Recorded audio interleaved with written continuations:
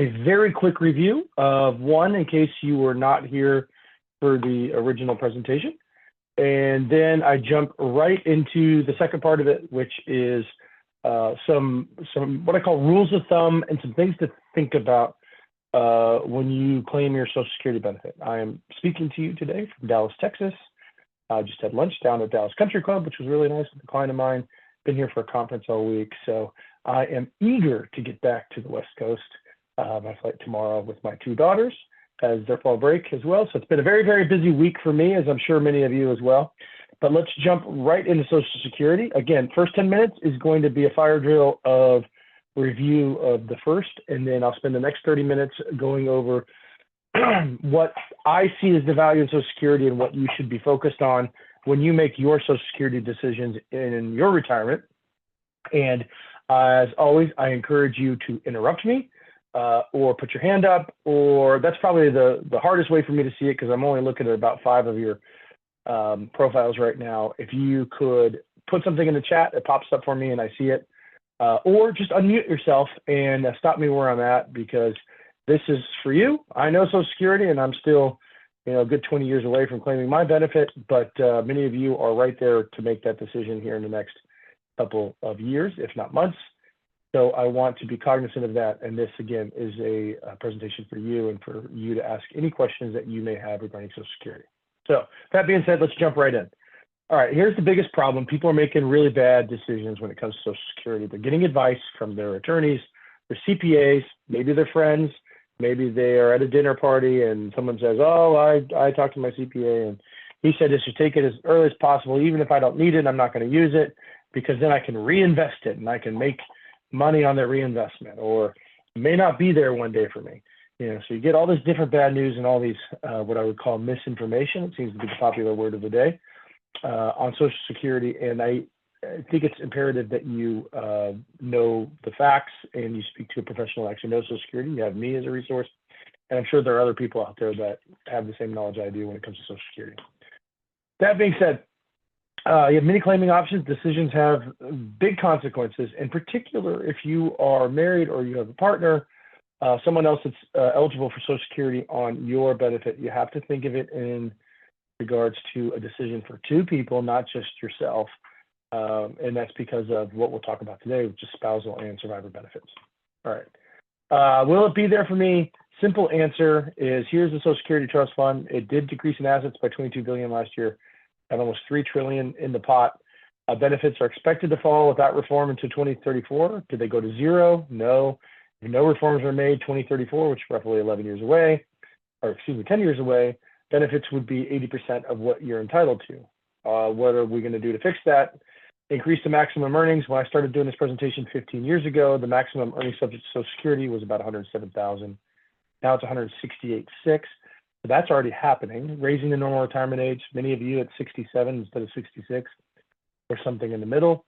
I would expect from my generation, or maybe generation after mine, I'm Gen X, but right after me, the millennials, I would fully expect for their Social Security full retirement age to be somewhere above 67, closer to 70. That's going to be one of the ways they're going to short up. Lowering the benefits for future retirees is really politically not palatable, so I don't see that happening.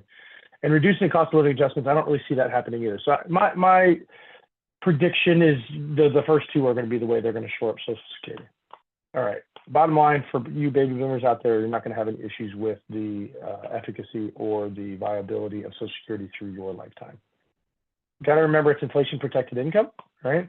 We'll go over this a little bit more, but the COLAs, if we take a 2.6% COLA and you have a $2,000 benefit today, in 10 years, it'd be $25.85, 20 years, $33.42. You can also think about that if you're sitting here on this presentation, you're 55 years old, and you say, I'm not going to take it till at least 65 or 70. In 10 years, you can see that it's gone up by over 20%, right? 25%.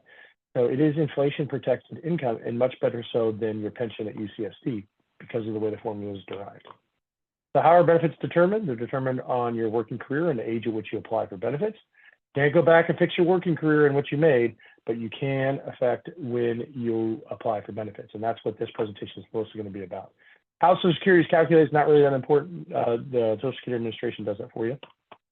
Bottom line is Social Security is means tested. It is much more beneficial. You can see this 3 bend points, they call them. You see the 926 times 0.9, that's the first bend point. So people with lower income over their lifespan actually get a higher benefit in proportion to what they put into it than someone that's a higher income earner. So yes, it is means tested. Number 2 insight is monthly benefits will reduce if you claim early. That's called the actuarial reduction, right? And you have full retirement age. And if you wait after full retirement age, you get something called a delayed retirement credit, which we'll talk about in more detail here in a second. Factors to consider when deciding when to apply: certainly health status, life expectancy, need for income, whether you plan to work or not. There is something called the earnings test. If you claim your Social Security benefit prior to your full retirement age, benefits will be reduced, if not eliminated, based on your income. That changes in the year before your full retirement age. If your full retirement age is 67 and you apply some point when you're 66, 66 and a half, 66 and 9 months, whatever it happens to be, it's a less of a reduction in your benefit than if you applied at, let's say, 62 or 63.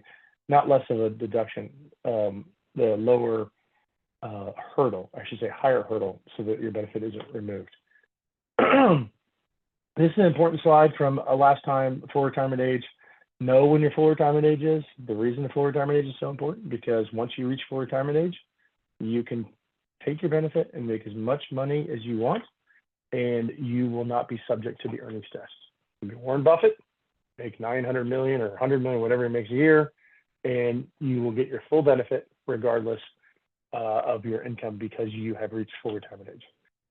If you apply after full retirement age, so let's say your full retirement age is 67, you see we're in the right category there. Each year you delay claiming your benefit, you get an 8% DRC. It's called the delayed retirement credit, right? And so if you just simply wait from 67 to 70, your benefit's 24% higher than it would have been, plus you have to also multiply the cost of living adjustment.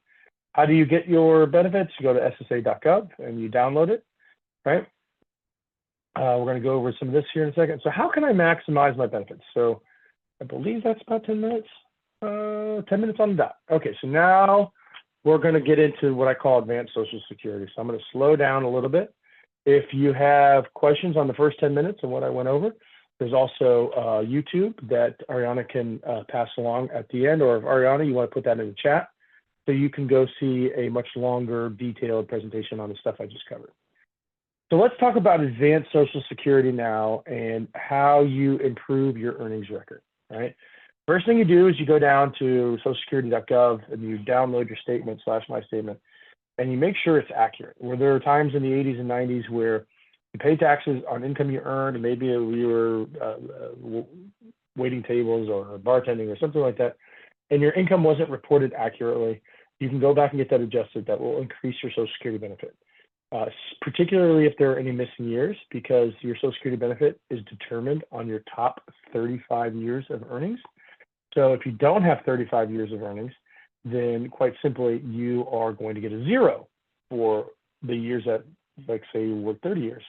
And so anytime you can replace a 0, even with a modest amount of income, it makes a big difference when it comes to your Social Security benefit. All right, next slide here. So consider your income needs, both now and future, life expectancy, health status, as we discussed before, and most importantly, your spouse or partner, whatever you want to call it, as long as they're eligible for benefits off of your record, you need to consider their life expectancy as well. Understanding the taxation of benefits is very, very important, particularly since, we're here in California, or I'm not in California right now, but we're all, subject to California state income tax, and Social Security benefits, this is very important, are not taxed at the state level in the state of California. It's like the only thing the state of California doesn't tax, right? So your Social Security benefit is not taxed in the state of California. That's an incredible benefit for you when it comes to net income, or what actually goes in your pocket.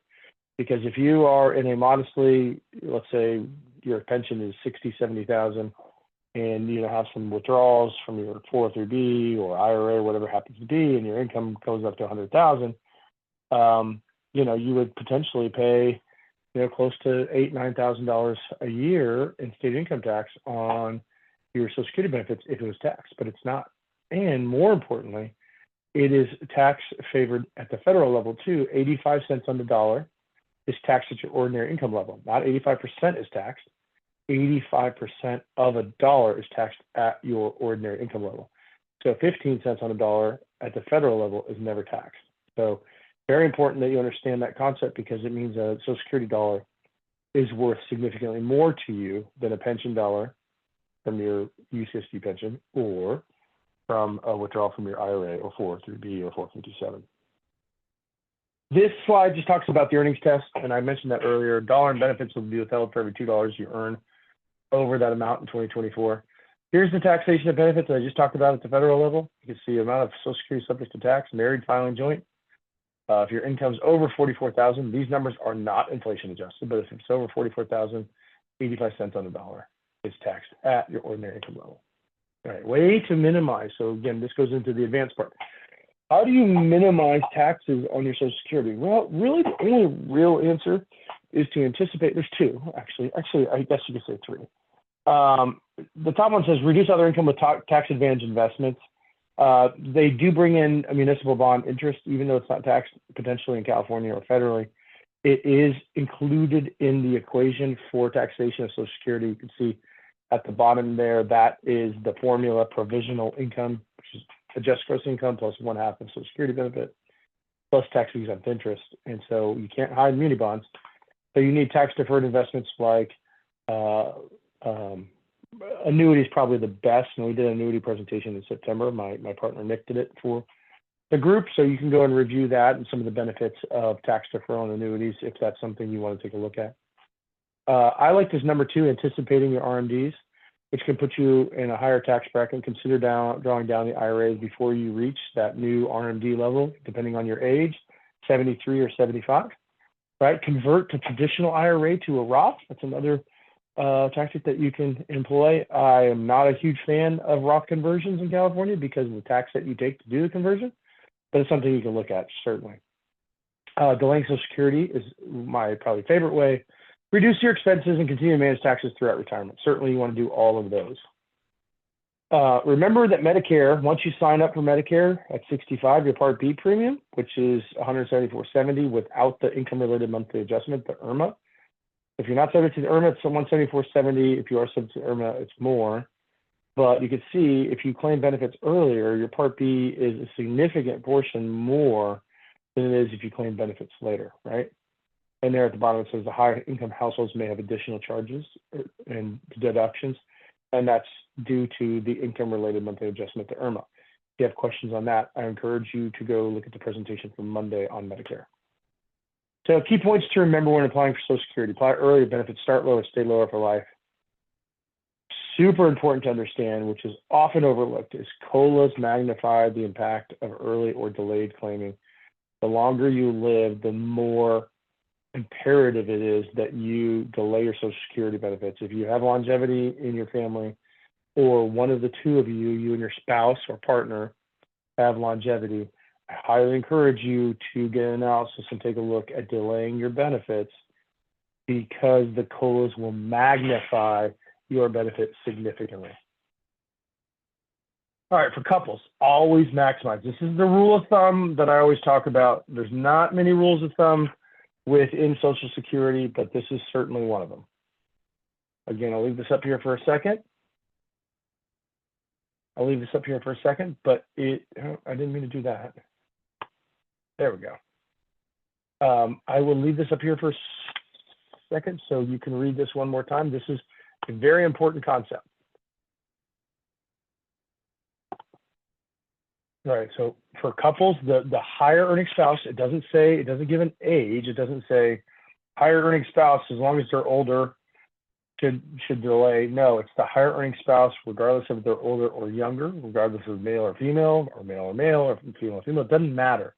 The higher earning spouse, because of the survivor benefit that goes to the surviving spouse upon the death of that higher earning income earner. Spousal benefits. Many people have questions on this. So there's a difference between spousal and survivor, and the difference is pretty significant. The spousal benefit is 1/2 of the primary worker's primary insurance amount if started at full retirement age. So here's the example. John Triton's PIA is $2,000, James is $800. If Jane applies at full retirement age or later, her benefit will be 1,000, not 800. She gets 800, and then she gets 200 add-on for what's called the spousal benefit, 50% of John's PIA. You'll notice that it's not, if John waits till 70, wow, it is Friday. If John waits till 70 and gets those delayed retirement credits, she does not get half of the new benefit with the delayed retirement credits, only half of the primary insurance amount, which is your amount at your full retirement age. So rules for spousal benefits: primary worker must have filed for benefits.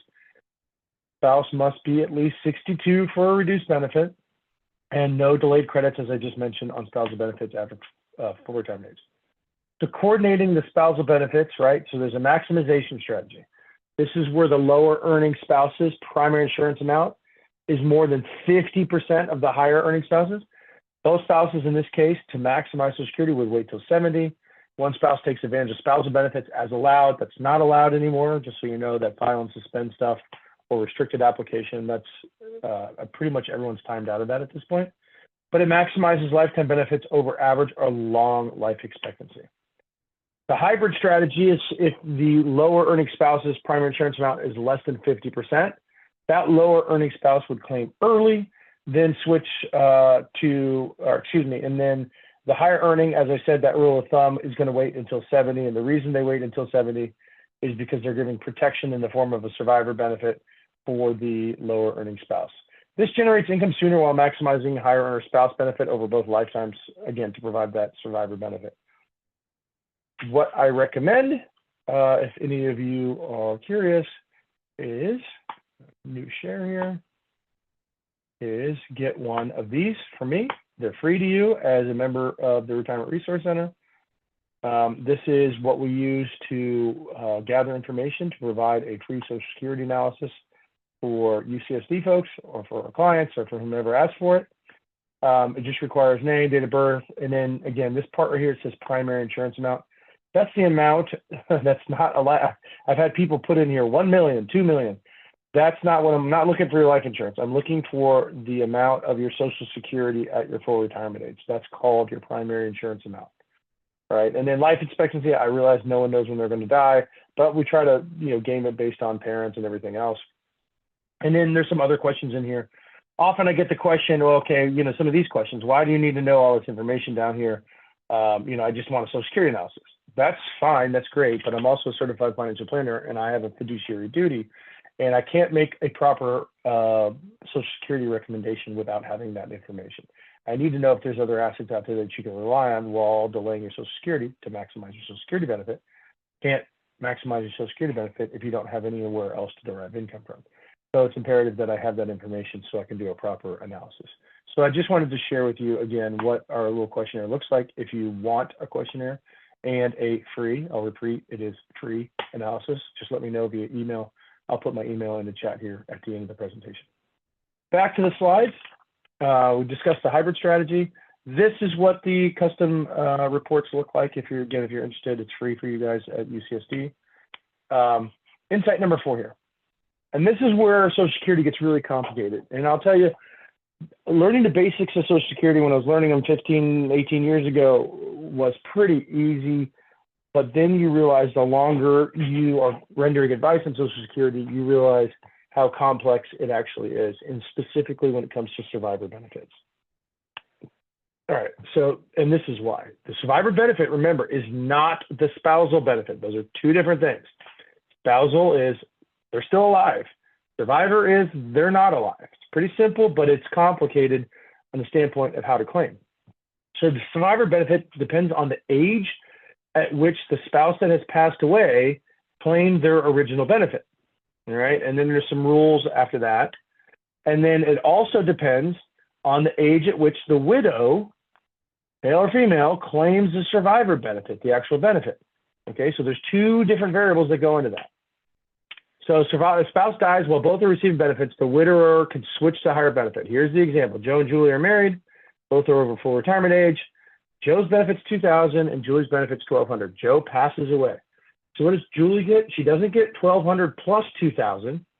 She simply steps up from $1,200 to $2,000. David, I'm going to get dizzy watching you drive there. I'm kidding, man. You're fine.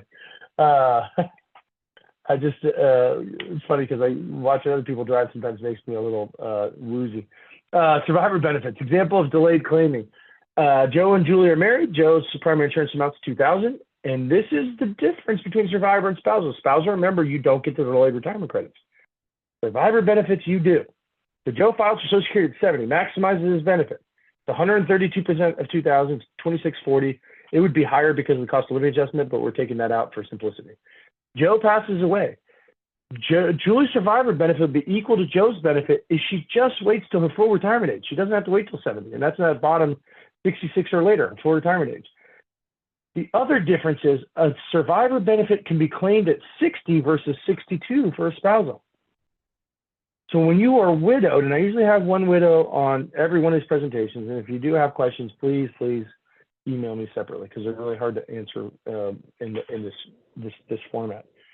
But if you are widowed, right, the benefit, remember, is based off of when your spouse passed away and when they claimed their benefit and when you claim your benefit.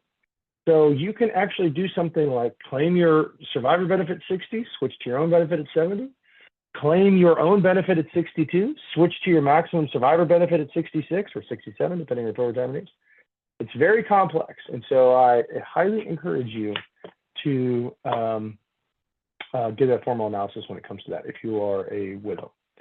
Rules, the couples must have been married at least 9 months, except for in case of a car accident or something to that effect. Survivor benefits, starts at 60 versus 62. Can start as early as 50 if you're disabled.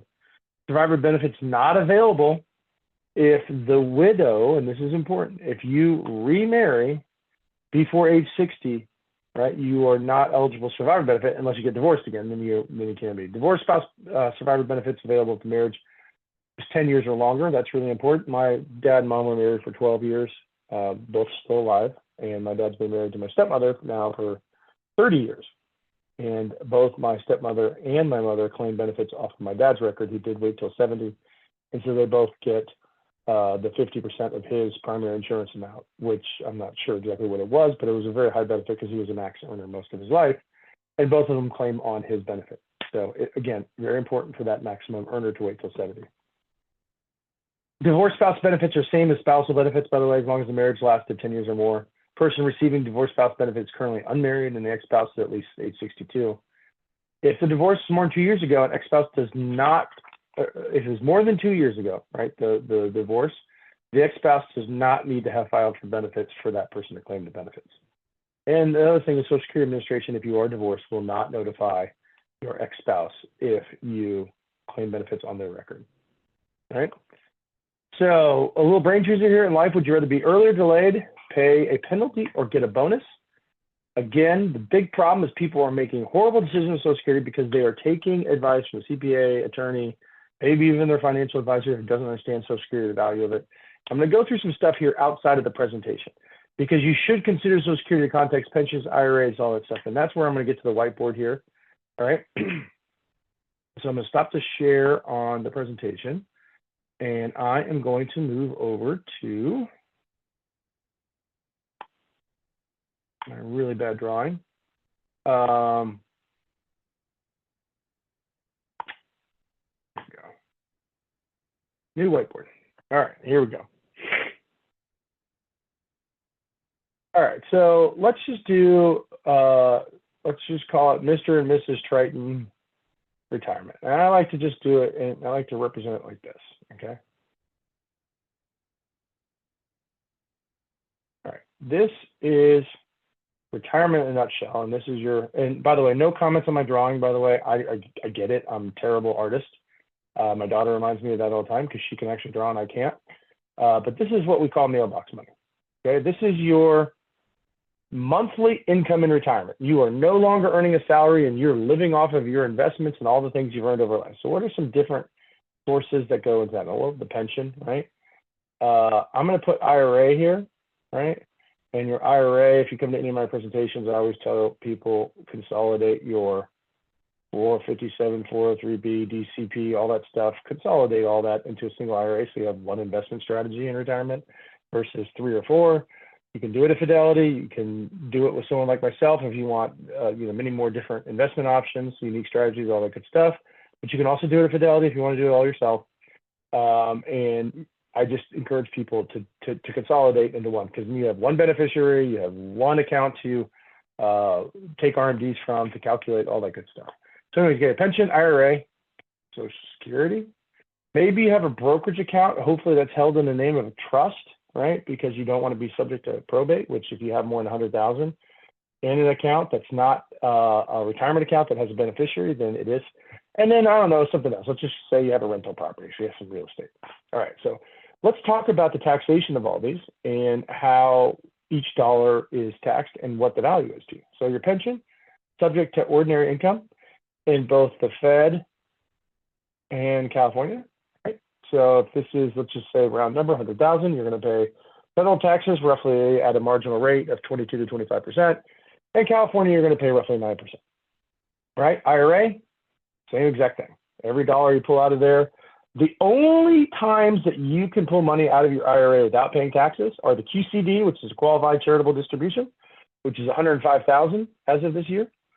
That has to go to a 501c3, and you can donate up to 105,000 if you are subject to RMDs. You can't do it prior to RMDs. And then the only other way that you could take money out of an IRA without paying ordinary income tax is to pay investment advisory fees. I don't know if any of you knew that, but that is the case. Social Security, how is that taxed? Let's come back to that. Trust account, maybe you have some tax-free bonds in there, maybe you have some dividends and interest. So you can, if you have dividends and interest, then you know what, it potentially is at a 20% rate, maybe 15 at the federal level. And remember, California is ordinary income, all right? So California doesn't recognize preferential income in any way, shape, or form. Real estate's going to be the same. Remember, California's ordinary income. There is no dividend or depreciation rate or anything like that. But you can have some favorable income on real estate at the federal level. All right. So let's go to Social Security. As I said, at the federal level, you get taxed 85 cents. That's a really bad 8. I apologize for that. 85 cents on every dollar is taxed at ordinary income. That means 15 cents of every dollar is free, not taxed at all. And in California, it's free. So what's the most valuable dollar that goes here? All right, so if I'm taking a dollar out of each one of these different investments, this is my most valuable investment right here. All right, and I already told you that if you wait after your full retirement age, which most of you is going to be 67, each year you wait after that, you're going to get a delayed retirement credit of 8%. And if the cost of living adjustment has averaged 2.8% since 1982, and you get that compounded, that's a 10.8% return, right? So I'm going to white out my whiteboard real quick.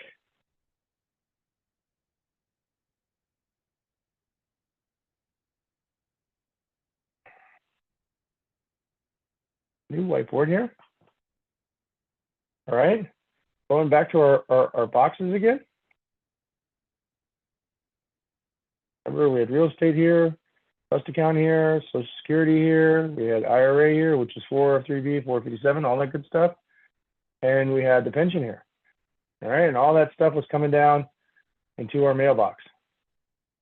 Yes, I did see that, Chris. Remember, I made the prediction on Monday that it was going to be 2.5%, and I was right. Got that one finally. There's a cheater forum that predicts the Social Security COLA a week to 2 before the trustees come out, and they use a big formula on it. And I had said I was in that forum over the weekend, and I saw it was going to be 2.5%. But thank you, Chris, for telling everyone, because that's important. All right. So your pension, what does it cost you from a fees and expenses standpoint? What does it cost to run that pension? Well, you may not know this, even though you think your pension just comes to you and it's free. There's actually a chief investment officer that's up, I think at Berkeley, who gets paid, I think he gets paid $1 or $1.5 million a year. Okay. And then you have all the people below him doing all the research and where to put the money in the pension. And then the pension's invested in a bunch of, hedge funds and stocks and bonds and all this other stuff. And those all have fees, right? So whether you know this or not, there's a lot of leakage out of your pension, right? because of those fees and expenses. You got to pay the people to manage the money, and you got to pay the people that are paying the people to manage the money. That makes sense? In your IRA over at Fidelity, I know everybody loves the UCSD Fidelity plan, right? Yeah, that's actually a really good plan. I have some issues with the overlap of how all the funds are pretty much invested in nothing but tech stocks, and that's going to blow up at some point. But it's a good plan. You roll it into an IRA over there. You got mutual fund expense ratios. You've got trading costs. You got maybe an advisor cost, like somebody like me. You got all these different costs that take money out of that account. You got the trust brokerage account. You're making transactions, paying taxes, all stuff. That's money coming out of your account. Real estate. You got to have a real estate property manager, right? That person costs money. Maybe you do it yourself. Well, that costs you money in the form of time. You may enjoy doing that, but I don't. And you also have upkeep, and you got to work on the house, and you got to fix the toilet, and all these different things, right? So every single one of these buckets costs. How much money does it cost you from fees and expenses and expense ratios and all that stuff? How much does it cost you to get that Social Security check deposited in your mailbox? Anyone have an answer on that? How much does that cost? What's the expense ratio on Social Security? Nobody wants to guess. That's 0. What are the trading costs in Social Security? That's 0. What are the fees and expenses of the manager of Social Security Trust Fund? That's 0. All right, are you getting what I'm putting out here? It's that Social Security is the lowest cost. I don't care if you're an index fund fanatic or you love, the most expensive strategy out there, the most expensive hedge fund. Social Security is the lowest cost way to have retirement money. And now I will clean off this whiteboard. We'll start with a new one. I can figure out how to clean off the whiteboard, which I never seem to know how to do. How about this? We'll just close this one and we'll do a new one. All right, new whiteboard. All right, so I already talked to you. Let's go through the benefits of Social Security. 1, COLAs. All right. COLA is much better with Social Security than it is with UCSD. UCSD, you get lockstep up from the first 2%, and then you get a 0.25% for each percent of inflation above that. So in a year like 2023, when we have rampant inflation, 9% inflation, the COLA at Social Security was 8.9%, and the COLA that you would have got on your pension was about 4%. Right? So Social Security had a much better COLA, much better cost of living increase. 2, fees. Fees and expenses of Social Security are my favorite number, 0. 3, 100% survivorship to the surviving spouse, the higher income earner, if for retirement age or later, greater than or equal to full retirement age, and you get 100% survivorship. And 4, and most importantly, it's guaranteed by the full faith and credit of the United States government and 330 million taxpayers. How many taxpayers are guaranteeing the UC pension? 40 million.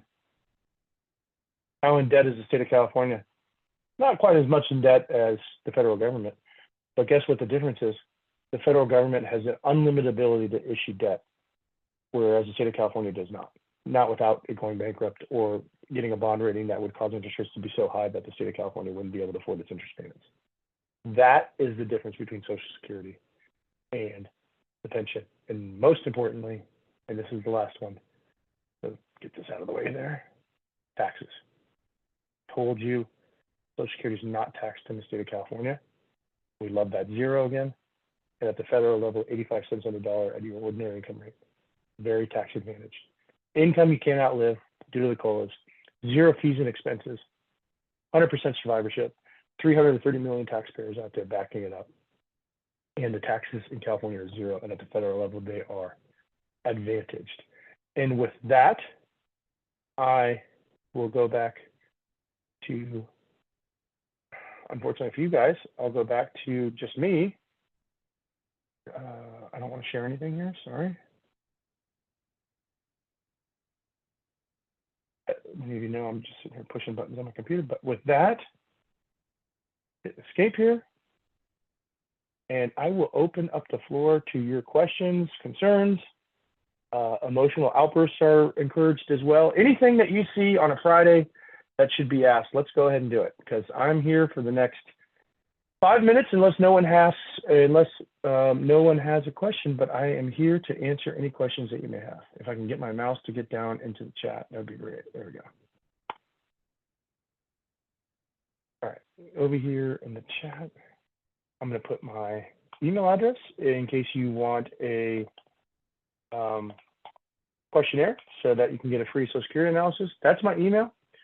And let's go ahead, Ariana, if you want to open it up to anyone that has a question, a concern, something that you had that maybe you missed. Obviously, you can always go back and review this presentation. Ariana put the YouTube channel there. Thank you, Ariana. If no one has a question because you guys were just so loud with the presentation, or maybe it's just Friday and everybody's ready for a margarita. I don't know, one of the two. I'm assuming it's a normal, beautiful day in Southern California. Is there a difference if you are married filing separately as how to file? Yeah, married filing separately is difficult because it puts you in a different, first of all, it lowers the amount of exclusion that you get from Social Security taxation. But more importantly, if you're married filing separately, you are putting yourself in very aggressive tax brackets unnecessarily. I know there are some people out there that just absolutely refuse to file with their spouse, and that's fine. You just need to know that you are going to take a pretty significant penalty because of that. Thank you for your question, Chris, as always. Anyone else? Feel free to unmute yourself. You can start yelling at me. No? No questions whatsoever? Oh, let's see. Did I have a direct message? No. Thank you so much. Look forward to reaching out for further advice. Hey, I really appreciate that, Lisa. Thank you. I've been doing these now for 15 years, and I really enjoy the UCSD group. You guys are always wonderful at hosting me. Ariana's great. We just met, and Vanya, love to death. I've known Vanya for almost 10 years. And then, of course, Suzanne Chaffee, the original. She's probably somewhere in Europe enjoying herself. I imagine she's already deep into a margarita. Yeah, thank you. Thank you, Yuki, as well. And thank you all for your questions. Thank you for joining us. I would encourage you, the fourth Tuesday of the month. What's the date on that, Ariana? We're doing the investment interest group, which I do the fourth Tuesday of every month at noon, 45 to 50-minute presentation. This month, I will be going over elections. And we decided to change it with Vanya's approval. I'm going to be going over elections, historical elections. I know every election, we are told that this is the most important election. But I'm going to go over the non-fake news, non-disinformation numbers of each election and what the ramifications have been, whether it's red wave, blue wave, or any of that other stuff. I'm going to go through all the numbers and what history teaches us about elections and what market returns tend to be after and pre-election. So that'll be an interesting presentation. That is, what's the date on that one, Ariana? It's not this coming Tuesday, right? We've got another week, I believe. Yeah, it's not this coming Tuesday. The 22nd. Yes. Yes, the 22nd. So please join me noon on the 22nd for investment interest group, elections and why they matter, but why they really don't matter. I hope to see all of you there. Thank you so much for joining us today. Again, if you want to watch this again, you can go to the YouTube channel or my email's there. Please feel free to reach out to me directly with any questions you have. I will most likely get back to you within 24 hours, but I am flying back tomorrow to the West Coast with my daughter, so I probably won't get to Monday if you send me something today. Thank you again. Happy Friday. Have a wonderful weekend. Thank you, Ariana.